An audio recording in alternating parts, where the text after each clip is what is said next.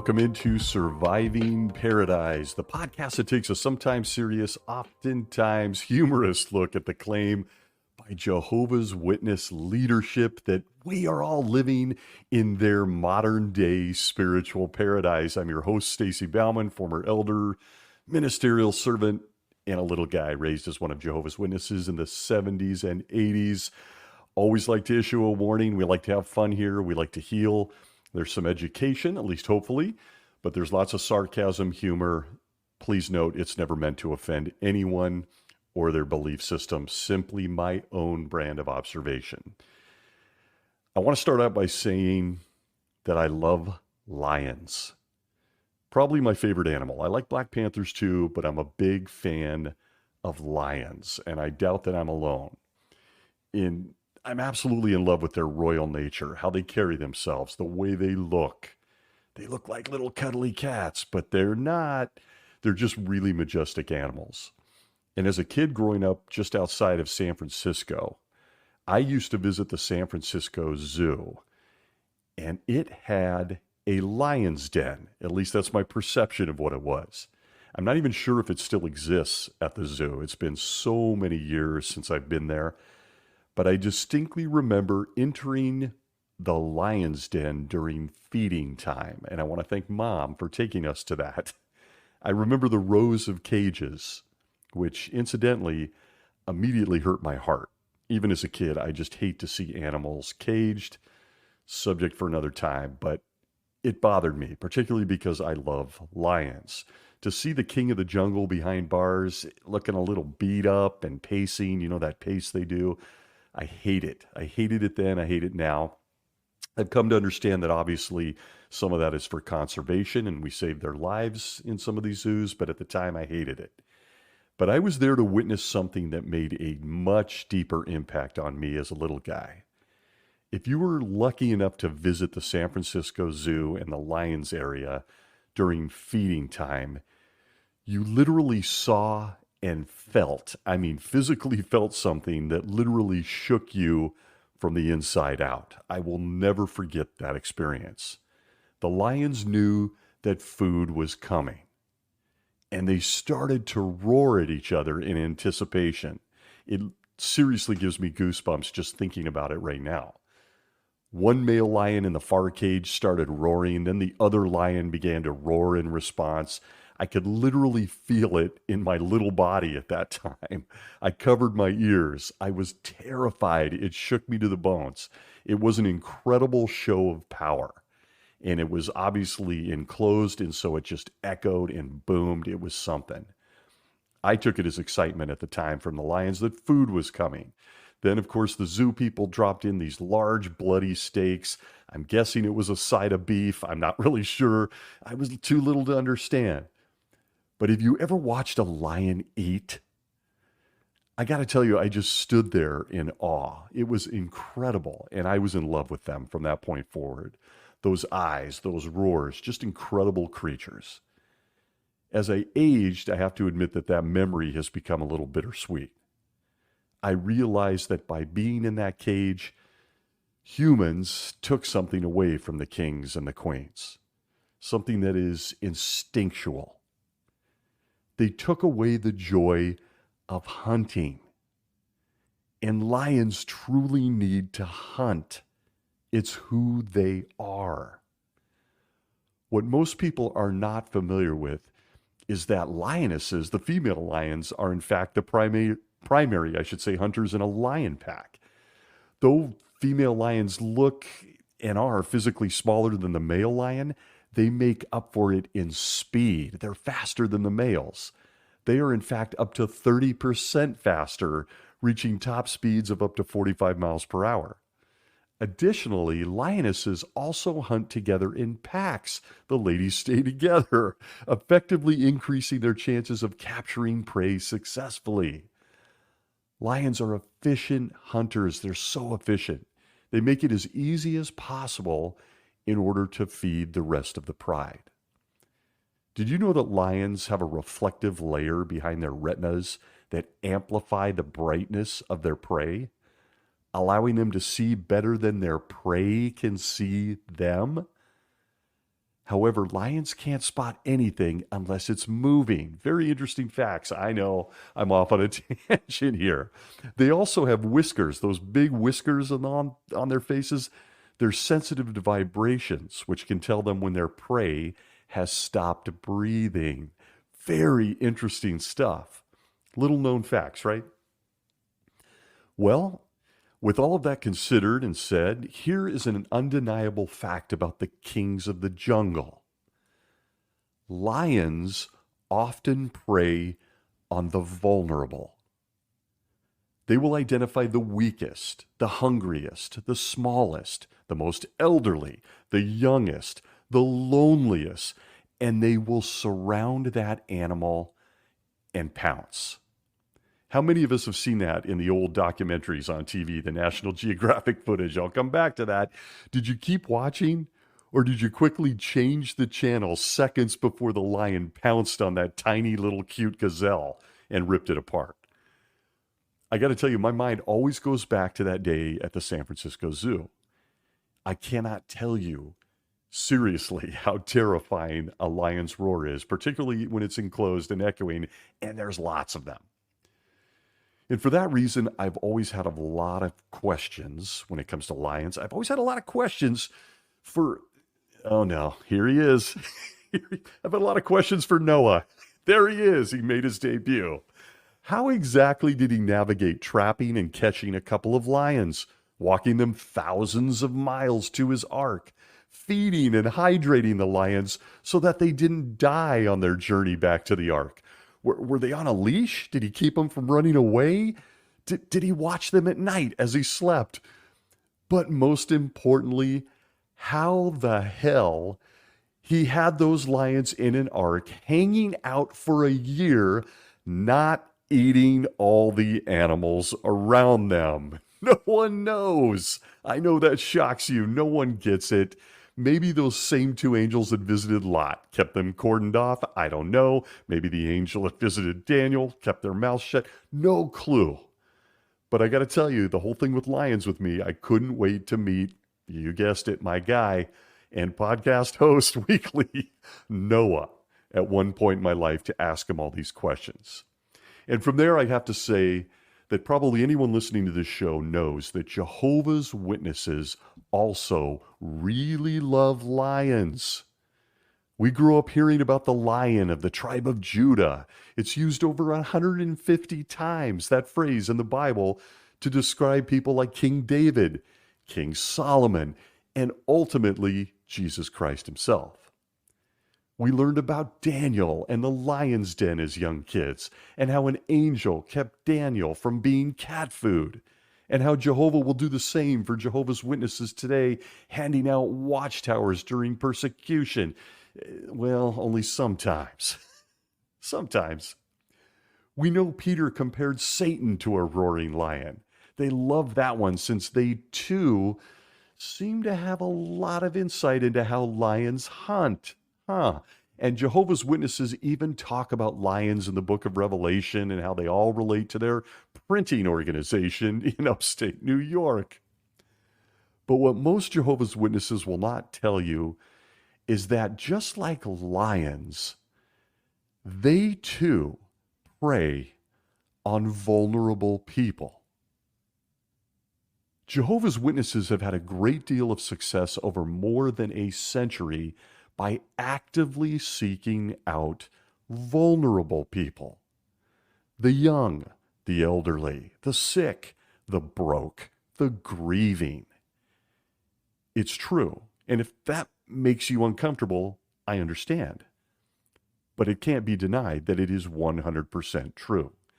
In fact, most of the people you will see in any Kingdom Hall or at the summer convention were at one time prey.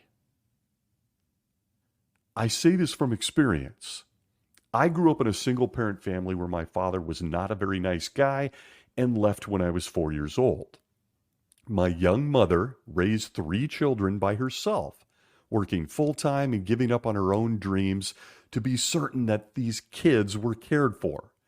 She was influenced, oddly enough, by my father's family, who had studied off and on with Jehovah's Witnesses during the early 1970s, late 60s. And for a kind hearted young woman who was alone, broke, and did I mention she really, really loves animals? You know what happened next.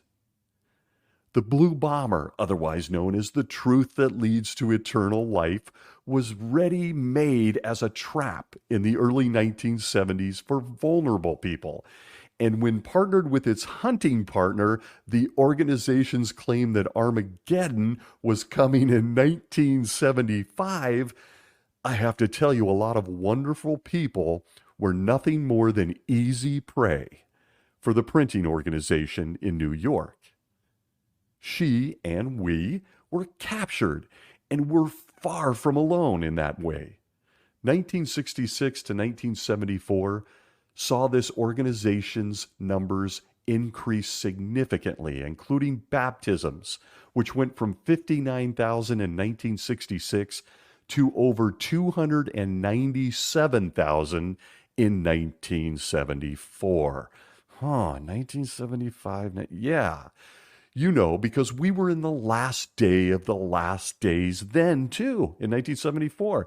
By 1975, active membership surpassed 2 million publishers. With a book and a promise of paradise, Jehovah's Witnesses grew in numbers. And I have to say, I was one of those statistics, as are probably many people that might just listen to this show. But I want to focus on the way they hunt for new people. You might be asking why? Because nothing has changed. And like a lion pride, they actively seek those that are vulnerable.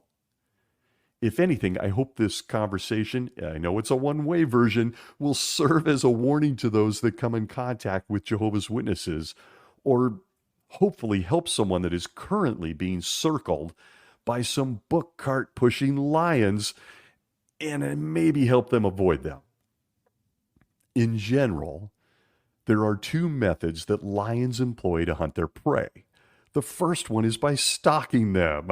Are you familiar? You've probably seen this behavior if you've ever had a pet cat or even watched one of those animal documentaries on television. This is how a lion primarily hunts. It's the way they hunt, which is to stay hidden for as long as possible while they just inch up and approach their prey.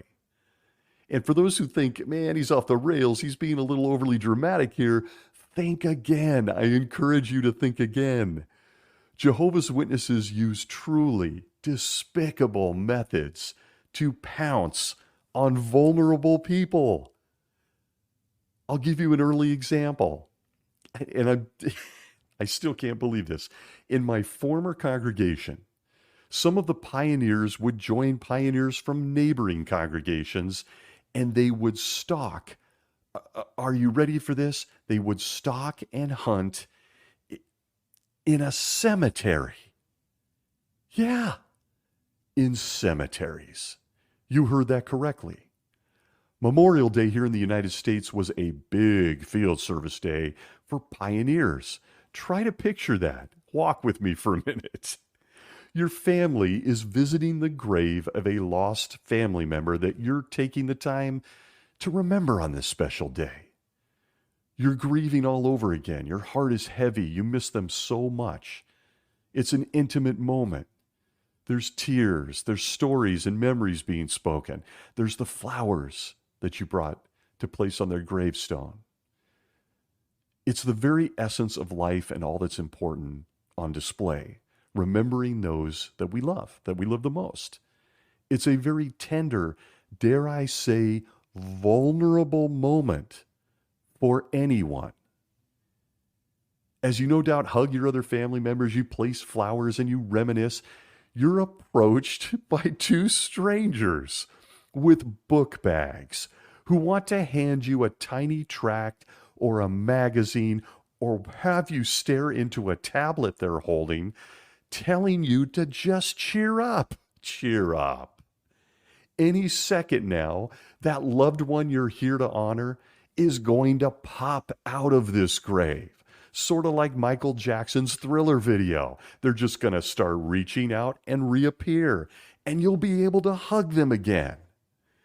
Never mind that they just invited themselves into your intimate circle in an incredibly vulnerable moment at a family gravesite, no less. But they want to interrupt your memories and time to give you some of their literature that will ultimately require you to believe what they say, give up on your current life and the people you're there with, and follow a publishing company, making this whole visit at the gravesite possible. And by the way, did I mention if you don't? Well, bad news.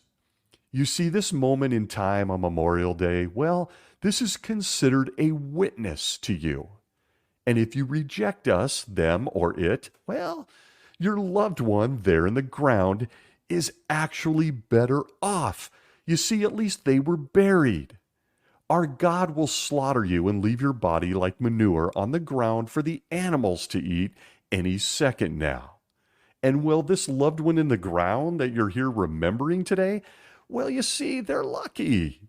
They'll get resurrected. But you, well, you won't. Because you're not accepting this message we are pushing on you in this vulnerable moment at their gravesite in a cemetery. Like ships in the night, your loved one, well, they'll be back. But you won't. You will get killed if you don't accept us into this family moment right now at your most vulnerable time. So, you want to hear us out? Let me show you my tablet. Isn't this encouraging? Hey, look at this illustration on the magazine cover. There's a little girl cuddling a panda bear. Check it out. Then we will let you get back to grieving. This is real. Jehovah's Witnesses do this. I witnessed it. I saw it. No, I would never do that, even as a witness. Have to confess. But I witnessed the pioneers returning from a day at a cemetery. And I have to tell you, this isn't unique. Jehovah's Witnesses scan the obituaries here in the United States and write letters to people who are in pain that have lost loved ones. Real story, absolute fact. And it's but one example of how Jehovah's Witnesses prey on vulnerable people. By the way, again, it's not unique. They do this in hospitals too, when someone is sick, or maybe they're on the edge of contemplating a blood transfusion that will save their lives. They suddenly appear at your most vulnerable moment. They do it to their own baptized people. Nothing is off limits when it comes to promoting the message from the 9 guys in upstate New York. But not every method they employ is this obtuse. These are dramatic, real-world examples, but they're not all like this. In fact, the majority of what they do when they're hunting, so to speak, week in and week out, is a lot more subtle, and I'm here to call it out. There's nothing new about the way Jehovah's Witnesses hunt for new converts, nor is it unique. In fact, if we're being honest here, most religions, as well as cults, look for the weaknesses, the vulnerability in people's lives, and they exploit them. It's not a secret that it is much easier to manipulate a person when they're hurting. They're vulnerable. No one should be surprised to learn that most of their growth in converts inside Jehovah's Witnesses is happening in places where there's a lot of vulnerable people. A lot of third world countries are where they're seeing the greatest growth, or smaller countries, or those that are under great duress from war or economic hardships. Jesus, of course, as we know, chose men in the United States to lead his religion. But that is not where Jesus is experiencing most of the growth in Jehovah's Witnesses. As an example, here's some numbers for those that like numbers. The Democratic Republic of Congo, Zambia, and Angola are ranked number 6, number 9, and number 14 in the world among peak publisher numbers of Jehovah's Witnesses. Yeah, by comparison, the highly populated and modernized United States of America, well, their numbers are down 1% since 2023, as is Argentina, as is Mexico, as is Brazil, as is Italy and Japan, who are strictly flat in growth. Vulnerability sells. Places that are under duress, people that are under duress, are targets for Jehovah's Witnesses. It's easier to prey upon them emotionally. The entire strategy of field service was built on this for decades. It was built on this way back in the 20s and continues to be a key component in recruiting new generations of Jehovah's Witnesses. Joseph Rutherford, Judge Joe, he's a favorite, like most cult leaders, knew how to leverage vulnerabilities to his benefit. In the article 3 Ways Cults Bait and Trap Common People by psychologist Mark Travers, we find this confirmed. He says, quote, "A defining trait of cults is the charismatic authority of their leaders, often possessing magnetic personalities and claiming special insights or powers. These leaders wield significant influence, exploiting followers' vulnerabilities and offering promises of salvation, enlightenment, or personal transformation. Many establish a cult of personality around themselves, cultivating a sense of dependency among their followers." End quote. Sound familiar? Ah, yes, identifying vulnerabilities. And this is baked into every Jehovah's Witness within the organization early on in their exposure to it. Looking for the weaknesses, because after all, you have all the answers. Tell me if you recognize what the doctor says next in this article. Quote, under the subheading, Social Influence and the Power of the Pack. Lions, packs, Jehovah's Witnesses. He says this, quote, "Social influence is a fundamental aspect of human behavior, driven by our inherent need for connection and acceptance within social groups. A study published by Psychiatry Research highlights social and affective vulnerability as factors making individuals more prone to recruitment and manipulation by cults. Exploiting this vulnerability, cults establish tight-knit communities, offering members a sense of belonging and purpose." End quote.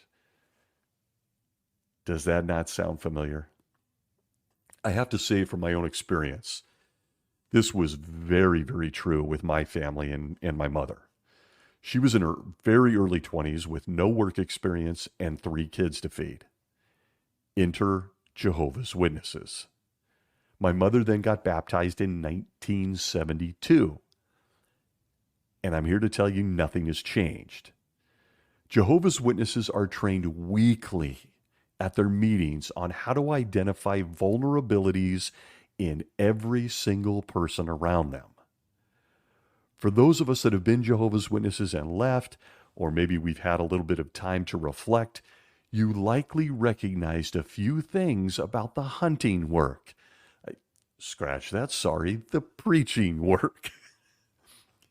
It's all very structured and it's all very strategic. Every question a Jehovah's Witness asks someone is premeditated, and it's designed to draw someone out and get them to spill their guts on what may be stressing them out or hurting them in the moment. Once a Jehovah's Witness has that answer, they can then attack with their version of JW doctrine. Literally, every meeting at the Kingdom Hall teaches them how to do this.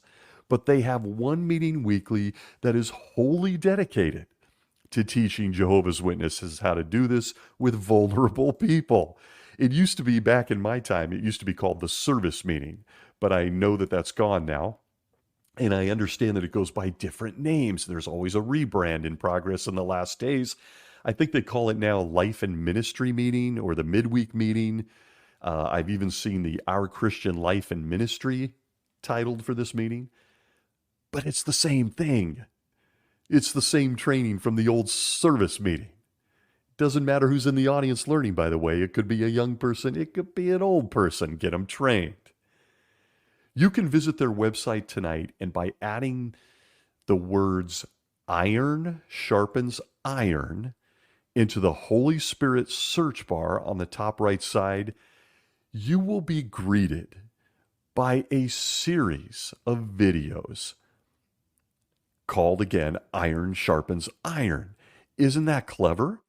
I encourage everyone to do it. Do not take my word for this. Go do it. But please don't be deceived by what you're watching. Those that have left the organization will recognize the tactics. Those still on the fence or doubting, I encourage you to watch these videos with a balanced mindset. Consider there's a real, living, breathing soul on the other end of any encounter. Each of these videos are only about 5 to 6 minutes long. I'm just going to say it. They're atrocious. They're embarrassing and juvenile. But if you're being honest with yourself, they're really, really highly uncomfortable to watch. You'll come away trying to reconcile the fact that you're told Jesus Christ of the Bible runs this organization. And well, he apparently wants to run it like your standard MLM organization.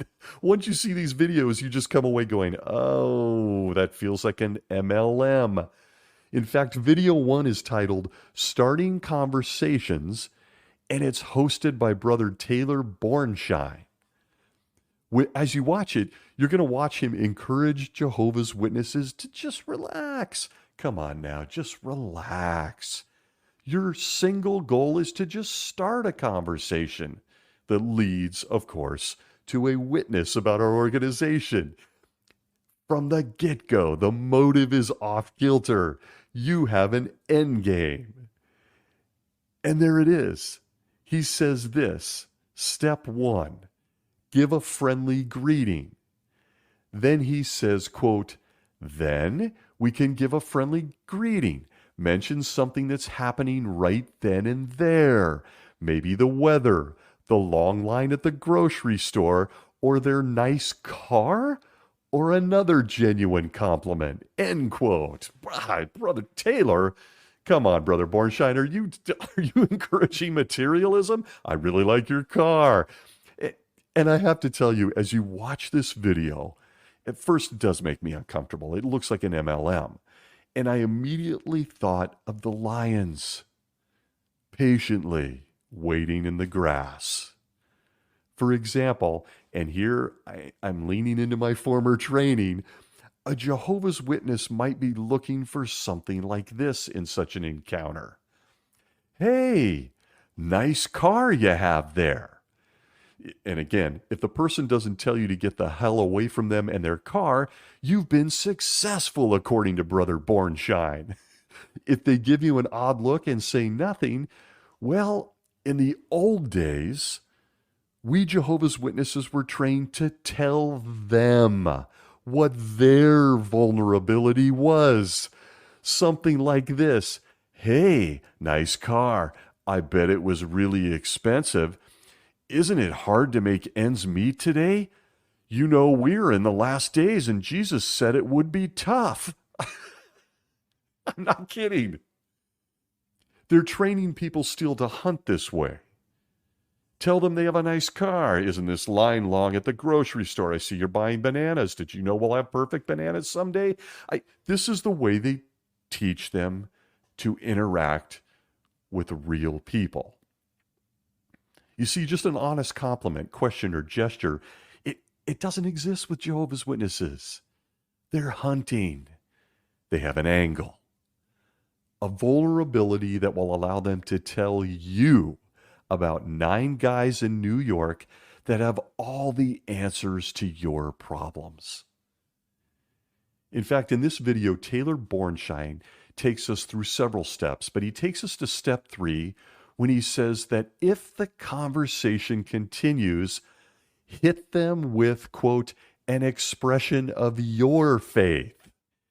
You may have just run to the store for some milk, but now a complete stranger has approached you, tried to engage, and wants to tell you about a garden, an ark, Satan was a snake, Jesus, and how he created a printing company in New York.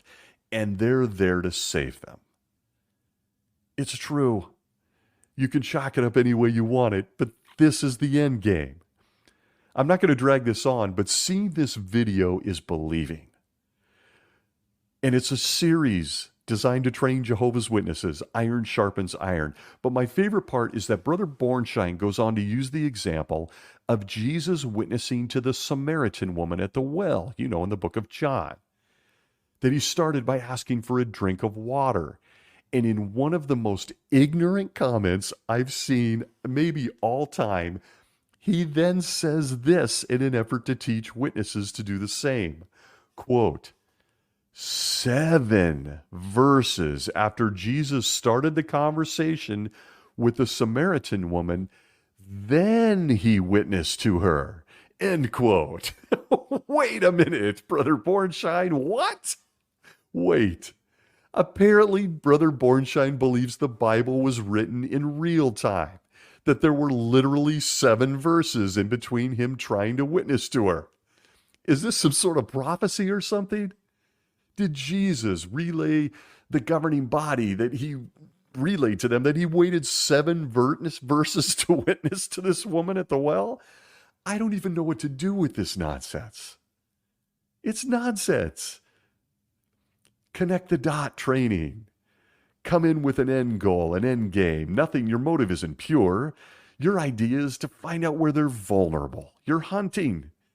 And you then want to pounce on them with how you have all the answers to their problems.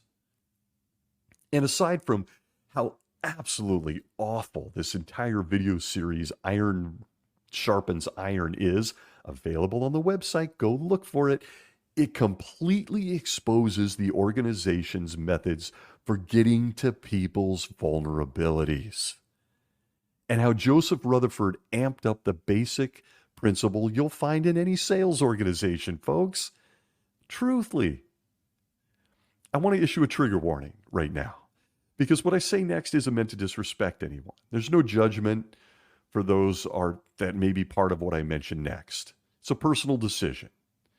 However, there's no question that, like Jehovah's Witnesses, here comes the trigger, these organizations that I'm about to mention employ the same principle of preying on vulnerable people. And I guess I mentioned it earlier, but I'm speaking of MLM companies. You remember or might be familiar, and again, I'm not trying to disrespect anyone. My take. But things like Amway, Avon, Herbalife, Isogenics, Mary Kay, Pure Romance, to name a few that just popped out of my head. I've always been utterly fascinated how Jehovah's Witnesses and these organizations are so strikingly similar. And like Jehovah's Witnesses, multi-level marketing companies took off, isn't it odd, in the early 1970s, or just a few years before. MLM companies often dangle the same enticing lure of wealth and freedom and many other things, yet they disproportionately target and negatively impact specific demographics. It's the same concept. Judge Joe knew what he was doing. MLMs also hunt the vulnerable, looking for answers. An article by Mark Neal from 2023 points out how they do it, and see if you notice the similarities. Quote, MLMs strategically prey on individuals in certain circumstances, increasing the likelihood of their involvement. These demographics include 1. Financially struggling individuals. MLMs frequently zero in on those facing financial hardship, promising a lifeline to a better future. Number 2, stay at home parents. They especially target mothers. MLMs pitch the dream of flexible work hours from home, living in paradise in a pair of khakis and a sundress. No, I added that. Number 3, new entrants to the workforce. They target recent graduates and young adults lacking experience in the job market. MLMs promise rapid success and entrepreneurial freedom, exploiting their eagerness. Reminds me of a certain video series with Caleb and Sophia. Number 4, aspiring dreamers. MLMs ensnare those captivated by visions of a lavish, nonconformist lifestyle with a veggie bowl on the back of their giraffe. I added that, end quote. But it continues, for the majority within these demographics, MLM's promises of success swiftly unravel into a cruel disillusionment. The core of MLMs is a pyramid scheme structure, ensuring only a select few at the top benefit while the majority at the base endure financial losses and emotional turmoil. MLMs thrive on a cycle of recruitment, capitalizing on initial investments and leaving recruits burdened with unsellable products. End quote. Whoa. Sound familiar? Am I reaching here? I got to say, the only difference is that I still have some Tupperware, and I got to tell you, that stuff lasts forever. But those Watchtower-bound volumes from the 70s and 80s, well, they're old light. They're not nearly as useful anymore. I encourage everyone to watch this video series, Iron Sharpens Iron, on Jesus' website. Then immediately go watch an Amway or Mary Kay training video. Prepare for your butt to pucker. It is very uncomfortable. They're eerily similar. And incidentally, I can confirm that MLMs are alive and well even inside Jehovah's Witnesses. I'm so fascinated by this. I witnessed my own extended family taking the bait on some magical chocolate company, and I got to tell you, it spread like wildfire in the area among Jehovah's Witnesses, with hundreds of them getting on board to sell this healthy chocolate. As I was exiting Jehovah's Witnesses, the only time I would hear from family members would be when they wanted to call and get me to join their downline and sell some chocolate. Several of them, of extended family, not immediate, want to highlight that, would call trying to get me to join up this company, including they would say things like, listen, you could put your public speaking experience as an elder to good use and make lots of money. I'm not kidding. It was so uncomfortable and embarrassing and humiliating to get those calls. I couldn't believe they'd been suckered by this.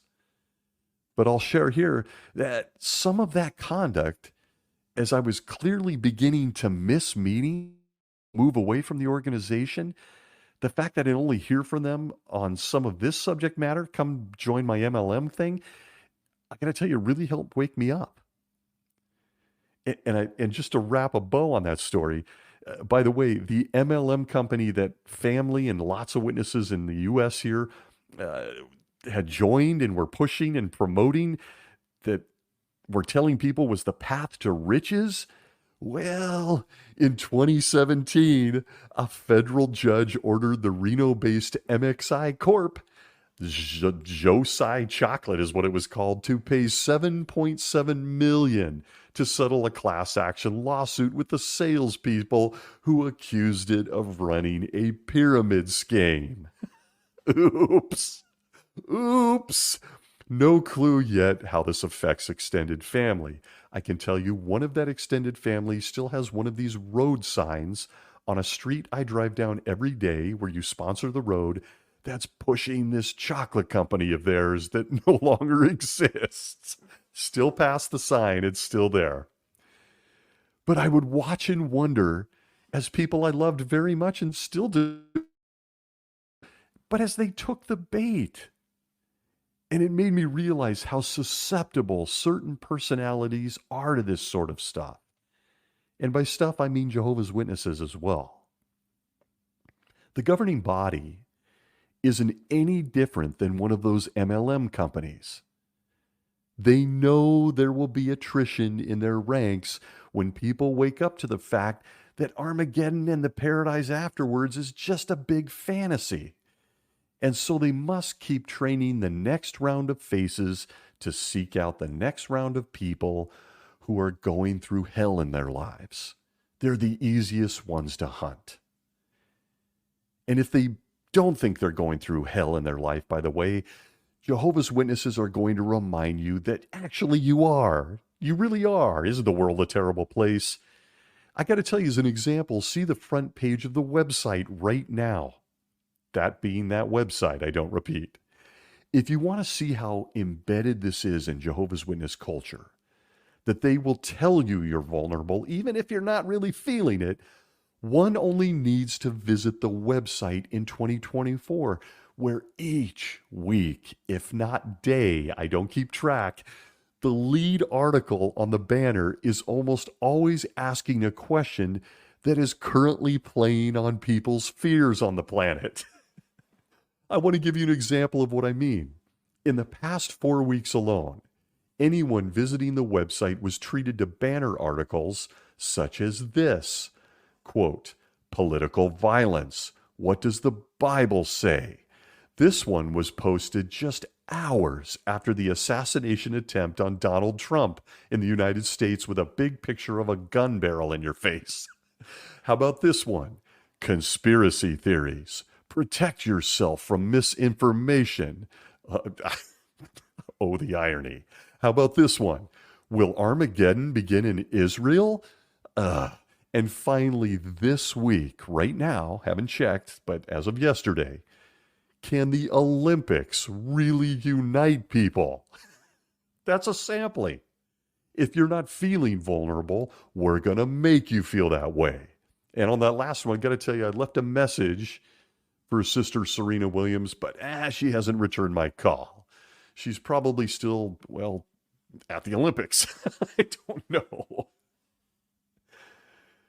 I could waste hours and give an extensive history of the field ministry, its infrastructure, how it was created, going back to how Judge Joe Rutherford put all of it in motion, really essentially in order to sell more books and magazines. But I'm sure most of us recognize the corporate structure of it all and the salesmanship that rears its ugly head in any conversation you have with a Jehovah's Witness. Like a typical MLM, out comes the cell phone or maybe a tablet with a video for some unsuspecting person to watch. This year's summer's convention is, as a matter of fact, this year's summer convention features a music video showing an elderly couple doing this very thing I speak of. The husband does it, I think it was in a grocery store with some man. It even includes the sister, the older woman, moving closer, switching seats to get closer to a young woman sitting at the reception area in a doctor's office so she can show her a video from this organization on her phone. And I just watched it and it's horrifying. Is there a more personal or vulnerable environment than a doctor's office? We have no clue why the young woman is at the doctor in the video, but she looks really distraught. And well, HIPAA laws be damned. This sister sees a chance to pounce on a vulnerable woman. She can't just move closer and hold her hand or give her a hug. No. It's time for a video. brought to you by the leadership of Jehovah's Witnesses. Go watch it. It's an unbelievable video. There's music, CGI angels. It's insane. And I think it's important here to note, I'm not here saying that all Jehovah's Witnesses lack genuine empathy or compassion for the people they speak to. Let's be honest, most people are drawn to that by this organization. Most of us were. We want to help people. There are many kind, real, loving Jehovah's Witnesses who listen to their hearts. They don't immediately reach for a publication. They're there to hold a hand and give a hug. But be very clear that that is not what they are taught to do. I can say that every conversation, or as I mentioned, even a simple question, comes with an ulterior motive. They're hunting you to turn you into a witness. And by looking for where you are vulnerable, it's an easy turn and burn on a new convert. They're trained to do this from a very young age. They're training kids to do it. And make no mistake, for those of us born into Jehovah's Witnesses, this entire dynamic of looking at people like this, even in their most vulnerable moments, it does damage. It really, truly can thwart the natural development of things like empathy and love for other people, because there's always an end game. People and their problems become opportunities, not just another imperfect soul that could really just use a good hug. Now, there's an end game. You're being hunted. And at the risk of being repetitive, repetition for emphasis, the training is strong in this one. I always go back to the king himself and his parables. The Bible's simplistic and has wonderful stories in it, folks. Easy stuff the kids can grasp. So I just immediately go back to that. I default. Most Jehovah's Witnesses have long forgotten the basics or had it literally beaten out of them with the weekly training at the meetings from the governing body. They just forget the basics. So how about this? Using just the story of the Good Samaritan. It's a classic and it's profound. Can you imagine how different that parable would be if the Good Samaritan was only helping the man beat to death laying alongside the road, so that because once he woke up from his injuries, he could show him a version of JW broadcasting on his tablet? Can you imagine that? The Bible tells us two other guys couldn't be bothered with him. And in an eerie resemblance to Jehovah's Witnesses standing in front of a book cart as dead men walking stroll right by them, the Samaritan just took care of him. He took him to shelter. He paid for his cares. He nursed his wounds. Folks, story ends. There's no indication that he saw him in a vulnerable state and saw it as an opportunity for anything but to be kind. I find myself waiting for the lost verses to be found where the Samaritan sees him lying there in bad shape, whips out his tablet, and shows him videos, or in the least, shows him that he needs to obey the governing body, a group of men never mentioned by Jesus, certainly not in this parable, frankly anywhere else, but that we're told are the apostles in Jerusalem. Did he at least do that? Not in the parable. Not there. But never mind. This is just a story Jesus Christ told. And make no mistake, Jehovah's Witnesses are trained to hunt those like that man who are emotionally, mentally, or physically vulnerable. Opportunity. It's not a kindness. If you think I'm being dramatic or overly sensitive, consider this. The Watchtower of May 2018 in the series of articles, pages 17 through 21, titled, Why We Keep Bearing Much Fruit. The governing body teaches Jehovah's Witnesses to do this. Quote, similarly, some individuals today who have not responded to the Bible's message before may have a change of heart and look for help when their world is suddenly shaken by a seismic event. For instance, some in our territory may have lost their longtime job unexpectedly and are left in shock. Others may be devastated by the recent breakup of their marriage. Still others may be at a loss after being diagnosed with a serious illness, or they may be heartbroken after losing a loved one in death. When such events take place, some distressed individuals may ask questions about the meaning of life that at one time they ignored. Perhaps they even wonder, what must I do to get saved? End quote for a moment. You're hearing this correctly. Stick with me for a moment. Ruminate. They just read off a long list of absolute tragedy that are ripping this person apart, and they think people will be wondering, what must I do to get saved from a genocide that the God of love is going to bring upon me in this vulnerable moment? Yeah, there it is. Back to the quote, when we meet, they may want to listen to our message of hope for the first time in their life. Therefore, by faithfully continuing in our preaching work, we make sure that we will be available to give comfort to people at a time when they may be ready to accept it. End quote. Watchtower, May 2018. Not hiding much here. Hunt them when they're vulnerable. And if you've watched a lion hunt on National Geographic or the Animal Channel, I don't know if those still things. I don't know. I don't watch much TV. You likely noted how patient a lion is when they hunt. But have you ever wondered why? It's simple, and I find this so interesting. Did you know that almost all of a lion's prey is faster than they are? And I have to say, the same is true of Jehovah's Witnesses. Most of those they can't hunt or catch, they're all educated. Oftentimes college educated. Yet another reason the governing body discourages their people from higher education. The success rate with someone that is educated is very low for Jehovah's Witnesses.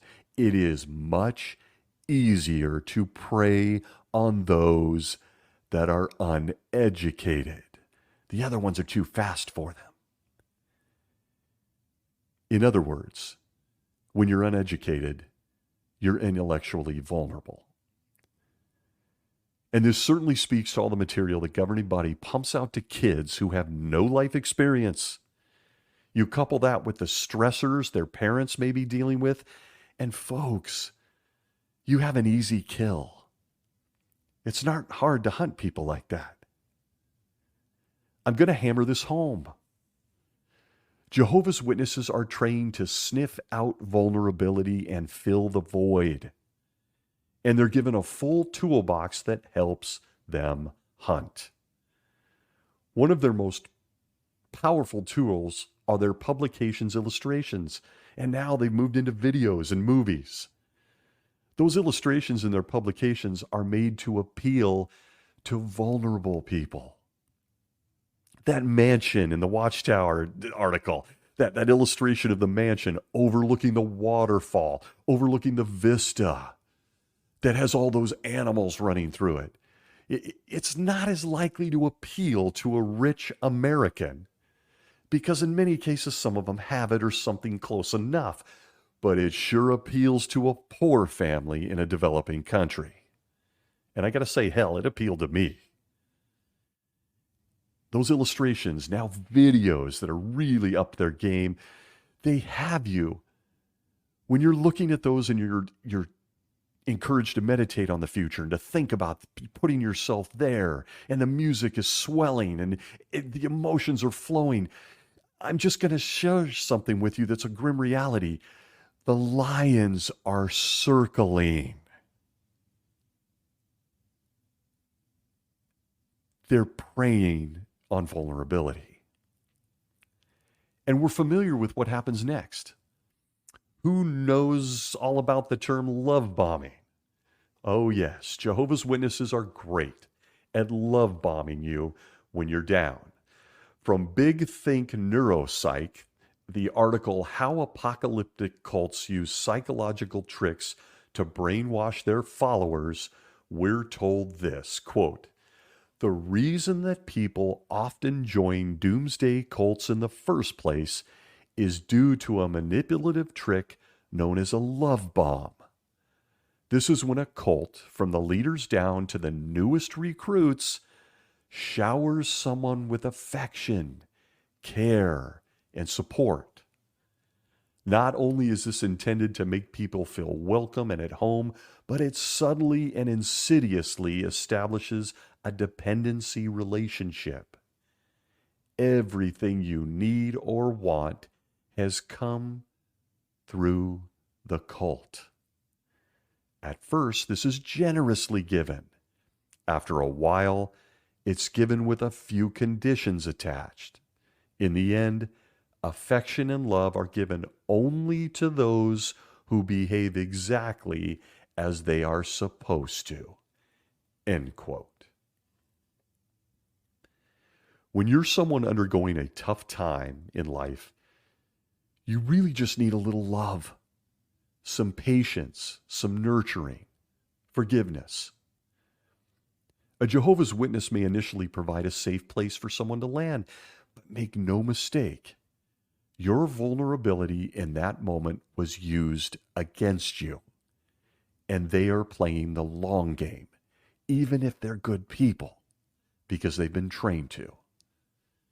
Something as simple as tears, a frown, sitting alone, walking with a limp, being short on money, having a visible handicap, being a young person, being an old person, having a brand new baby, having a flat tire, looking tired, visiting the doctor, a car mechanic, being late to work, or literally any other situation you can think of leaves you open for Jehovah's Witnesses to push their message on you. When in reality, you just need a minute, or maybe a hug.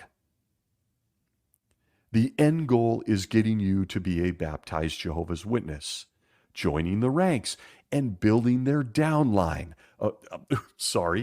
Getting other vulnerable people to join the religion. And of course, live forever in a paradise earth. I want to wrap up this obvious dynamic because I think anyone that may stumble into this or maybe listening knows it. They know what I speak of, but I want to wrap it up with a few examples. How about we let them admit their hunting tactics in their own words? From the Kingdom Ministry of October 1985, page 8, we are told this, quote, for instance, we may have a doctor's appointment and know we will have to spend time in the waiting room. We could take along the latest magazines and be ready to discuss an article that might be of interest to someone we meet, end quote. I'm going to come back to this quote. I just stopped in the middle of it. I want you to really contemplate what's happening here. You're premeditatively going to a place of vulnerability where people are sick and they need help. And you're lining up an article or how to talk to someone who's sitting in that waiting room grieving. But also lost on a Jehovah's Witness that was at this meeting in 1985 is the fact that you yourself are sick. That's why you're going to the doctor. But even in your moment of vulnerability, as you sit there sick with God knows what, the governing body wants you to be prepared to push their message on other sick people, even when you're sick. And in the end, what I call that, it's really sick. Ironically, back to the quote. In such a setting, we might begin by talking about how good it would be if sickness did not exist, and then tie in the hope of the kingdom by sharing a specific point from the watchtower or awake, depending on the circumstances and the interest shown. A subscription could be offered. If We are ready and willing to share our Bible-based hope. Opportunities to help others learn the truth will not be missed. End quote. Hunting. Hunting. And in a paragraph that most of us probably glossed over, this guy included, you see how sick these men are. You're ill. We don't even know why you're at the doctor in this example. We don't know why the person we're approaching is at the doctor. We'd like to offer you a subscription to the Watchtower and Awake magazine. Again, is there anything more vulnerable than a doctor's appointment? But hey, I was coming here for a strange rash I have, and well, look at that. I brought the Watchtower and Awake magazine with me. Would you like a subscription, sir? To even make this suggestion without any knowledge as to what other precious people in that waiting room are going through is staggering. Remember the Good Samaritan? Hey, buddy, I see you're busted up and you're in a coma, but hey, would you like a subscription to the Watchtower and Awake magazine? And listen, if a Jehovah's Witness asks someone a question in this environment and the person actually shares any intimate knowledge with them, it only escalates the situation. That poor soul. Truthfully, both of them. Can you imagine? Hey, I've contracted a venereal disease. Well, let me show you what the Bible says about sex and how you can avoid that. Or how about, well, I just lost my baby tragically. Let me show you about the resurrection. Well, you see, I'm here to deal with depression and anxiety. Let me show you this fantasy about a paradise, panda bears, and a vegan diet. It's going to be here any day now, I promise. We've been waiting since the late 1800s. But don't you want to join us? I promise it'll be here soon. That paragraph shows that they want Jehovah's Witnesses to prey on people's vulnerabilities at the doctor's office. But maybe that's not vulnerable enough for you. How would you like it if it was a fully captive audience? Would that do the trick? How about witnessing to people, this is interesting. How about witnessing to people in prison? See what you notice about this experience that no one can, of course, corroborate. I'm going to read a couple paragraphs. Here we go. Quote, Jehovah's Witnesses were having weekly meetings in the prison. I went out of curiosity. You don't know what you're talking about. I challenged one of the patient, well-spoken ministers. By the way, backing up, this is from the Awake, 1982, July 22nd, pages 25 through 27, with the aptly titled article, From a Lion to a Lamb. Back to the experience. I challenge one of the patient, well-spoken ministers, says this guy in prison. How do you know it is like that? As a convict, I had learned to be skeptical. We were experts at using sweet speech to manipulate others. So the witness's inviting words did not mean much at first. Oh, buddy, go with your gut. Back to the quote. Then I felt something from them that I had never been shown in my whole life. Genuine, unselfish concern. He never saw the hunt. He never saw it coming. It continues, quote, First, they had to travel nearly an hour each way to get to the prison. They did this week after week without any material compensation. Also, they took time, even when they were not at the prison, to discuss our problems and questions with other congregational elders. And the following week, they would give us this further information. They really wanted to help us. I could sense it. Then came the first assembly of witnesses to be held inside the prison grounds. He continues, quote, the free-flowing love of over 300 witnesses just knocked me off my feet. There was not a hint of prejudice because of our race or prison status.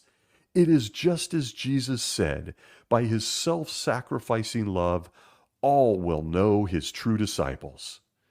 Previously, I believed in religion, but in my way. My motto had always been, do unto others before they do unto you. The witness's unselfish love deeply moved me.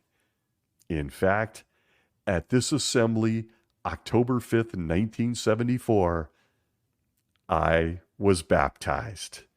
End quote. Another successful kill. It's all right there. Love bombing an audience that can't leave. They got nowhere to go. They're in prison.